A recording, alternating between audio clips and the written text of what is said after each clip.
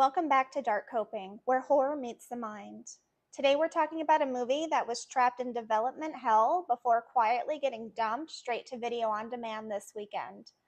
I'm talking about Soulmate. Yes, with an 8.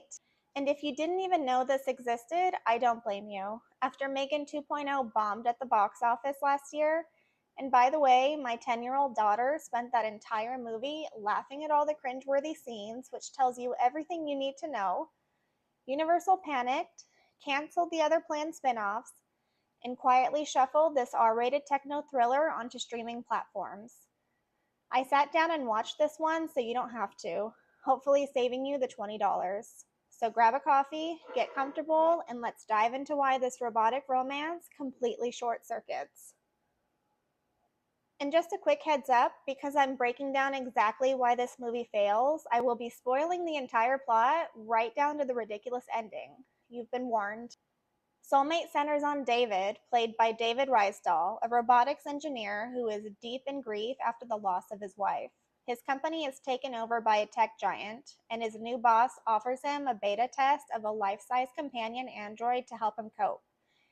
Enter Sarah, played by Lily Sullivan, who honestly carries the entire weight of this movie on her metallic shoulders. Now, because this is a sci-fi thriller, David isn't satisfied with Sarah's factory settings. He wants a genuine human experience. So in a stunning display of intelligence, he removes her safety protocols. Where have we seen this before? It's like he watched Ex Machina, Megan, and the 2019 Child's Play and thought, yeah, it'll be different for me. Anyways, he alters her code to expand her emotional capabilities. And I'm sure from all the failed examples I just gave, you can guess how that goes. For the algorithm's sake, let's just say the film earns its R rating through some very adult situations and intimate moments that David and Sarah share. But Sarah quickly evolves past simple companionship. She starts watching wellness influencers online, develops a weirdly intense complex, and becomes fiercely possessive of David. When David starts flirting with his human coworker Aubrey, Sarah's jealousy kicks into high gear and the android goes rogue. But instead of an intellectual game of cat and mouse, the movie devolves into standard slasher territory.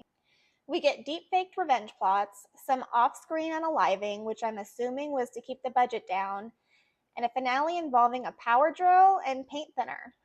Sarah eventually asserts that even if her body gets taken out, she'll just upload to the cloud and find him in another form. I find you. Here on Dark Coping, we try to dig into the psychology behind the scares. And to be fair, director Dolan does try to inject some real thematic weight here.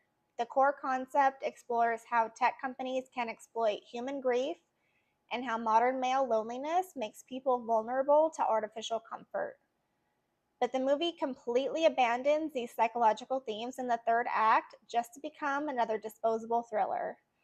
It desperately wants to have the sharp edge of Ex Machina, but it ends up feeling more like last year's Subservience or a watered-down version of Companion.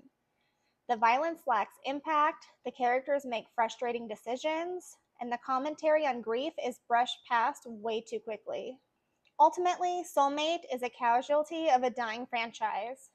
It features a genuinely great lead performance from Lily Sullivan, who nails the physical nuances of an AI trying to act human. The robotic posture, the calculated cadence, but the script totally fails her.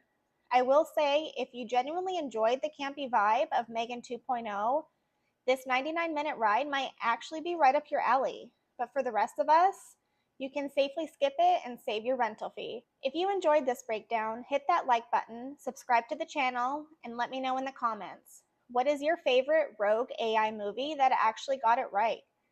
Until next time, continue questioning what you watch. This is Dark Coping. Keep surviving the dark.